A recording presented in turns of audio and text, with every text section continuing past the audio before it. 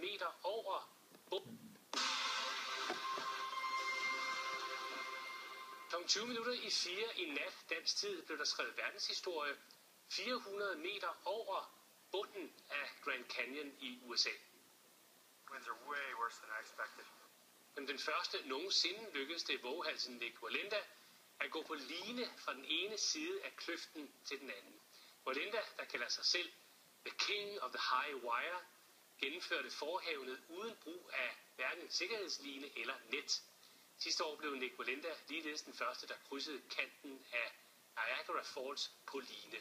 Han er 7. generations cirkusartist, og hans oldefar Carl Wallenda blev dræbt i 1978, da han faldt ned fra en line i Puerto Rico.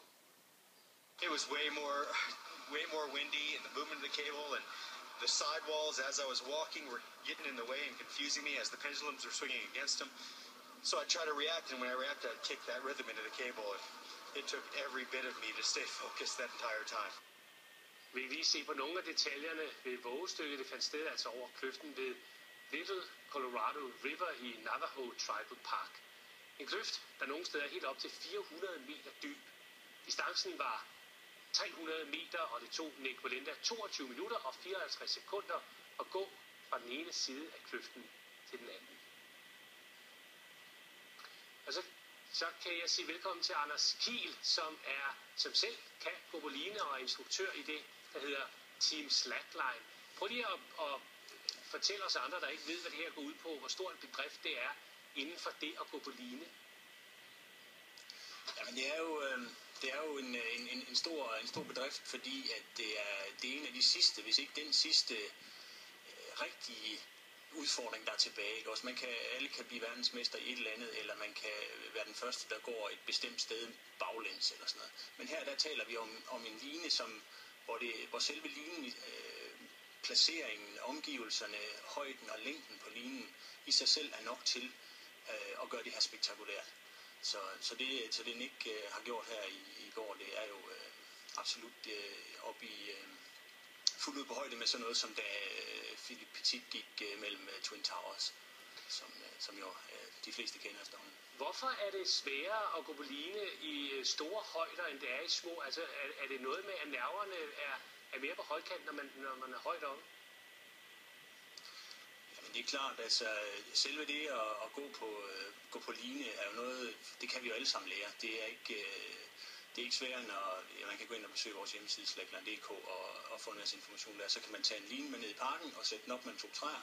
Og i løbet af en times tid, jamen, så kan stort set alle børn og voksne lære at holde balancen uden støtte. Og i løbet af relativt kort tid, så kan man udfolde sig med alle mulige tricks og hop og den slags.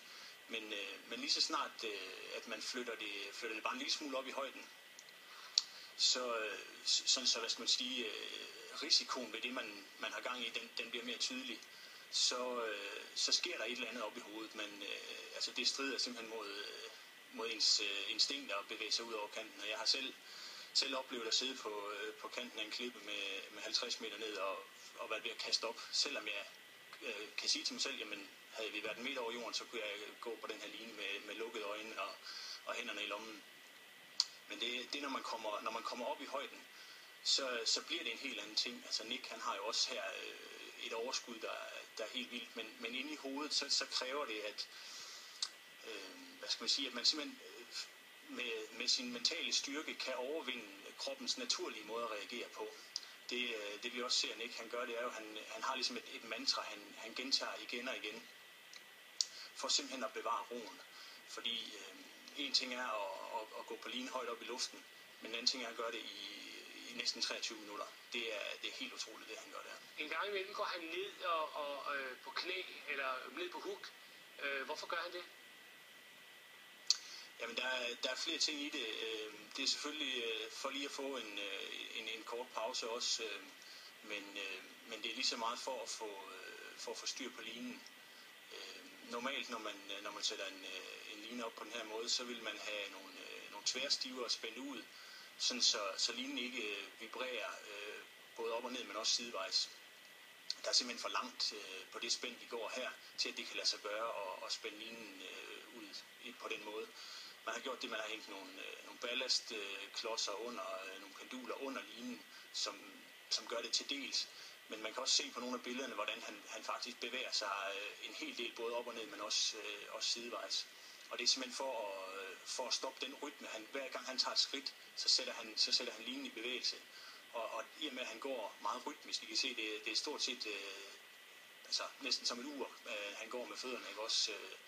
Så for at stoppe vibrationerne, så sætter han sådan en gang, når man lige tager en pause, eller linen falder til ro igen, inden han går videre. Man kan se på hans bukser, om ikke andet, at der også er vind, naturligvis deroppe. Hvor meget betyder det? Jamen, det betyder en del, fordi det er med til at selvfølgelig at flytte på linen og skubbe til ham. Men som han også forklarer, så er en del af problemet er, at han har svært ved at finde et fast punkt at holde øjnene på. Han har de her penduler, som hænger under linen, som svinger i vinden. Og så har han den her klippevæg bagved, og det giver simpelthen nogle forstyrrelser i hans synsfelt, som gør det svært at have et roligt punkt at sigte imod øjnene. Sig mig en ting, hvorfor gør man det her? Er der en eller anden form for psykologisk dødsdrift i det? Er det adrenalinkicket? Hvor er det, vi skal lede efter forklaringen på, at nogen udsætter sig selv for den fare, det jo er? Jamen, det er et godt spørgsmål. Altså, jeg tror en del af det er noget med, at det er en helt fantastisk følelse, en helt fantastisk fornemmelse af at mestre det, man gør, at mestre sin krop og det element, man bevæger sig i. Altså den her fornemmelse af, at man, som jeg nævnte før, har det helt forfærdeligt dårligt, inden man går i gang med det. Og så kommer man ud på linen, og man får taget nogle skridt, og man finder den der ro, man finder det fokus, som man har brug for. Alt omkring en forsvinder. Og man, altså mentalt, så jeg gør det, jeg flytter linen ned på jorden, og har simpelthen den fornemmelse af at kunne styre sit sind ind i en ro, den er helt fantastisk. Og det tror jeg er noget af det, som folk bliver lidt hægtet på, som Nick. Han er jo selvfølgelig vokset op med det og har gjort det hele sit liv. Men som han også siger, nu har han Discovery Channel i ryggen her, så der er selvfølgelig noget økonomi i det også, og han lever af at gøre det. Han rejser rundt 49 uger om året og optræder med forskellige tricks af den slags her. Så selvfølgelig er der noget økonomi i det for ham også. Men som han også siger, selvom han regner med at gå på pension som 50-årig, så bliver han ved med det her, fordi det er helt fantastisk. Vi skal lige se på historikken i det her med at gå på line. Han er jo naturligvis, Nick Wallenda, ikke den første, der har gået på usædvanlige steder. Her udpluk af nogle af de mest spektakulære. Australske Henry Lestrange krydsede som den første havn i Sydney på line. I 1974 gik franskmanden Philippe Petit fra den ene side af fra den ene af World Trade Centers tårne til det andet. Så er der Eskil Rønningsbakken fra Norge, som blev kendt for at balancere på line mellem to flyvende luftballoner. Og så i 2010, der satte kinesiske Adil Hosur verdensrekord, da han boede på en line i 60 dage. Og sidste år krydsede Nick Wallenda altså som den første kanten af Niagara Falls. Er der noget tilbage, som man nu kan sige, at nu vil vi gerne se et eller andet spektakulært, et eller andet gå på line et spektakulært sted?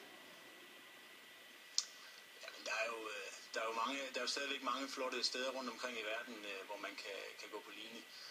En del af det her er jo også, hele medieshowet omkring det, hvor man har et live kamera på ham, og man har telefon, eller kontakten med ham. Man hører, hvordan han taler undervejs, og man hører, hvordan han taler med sin far undervejs.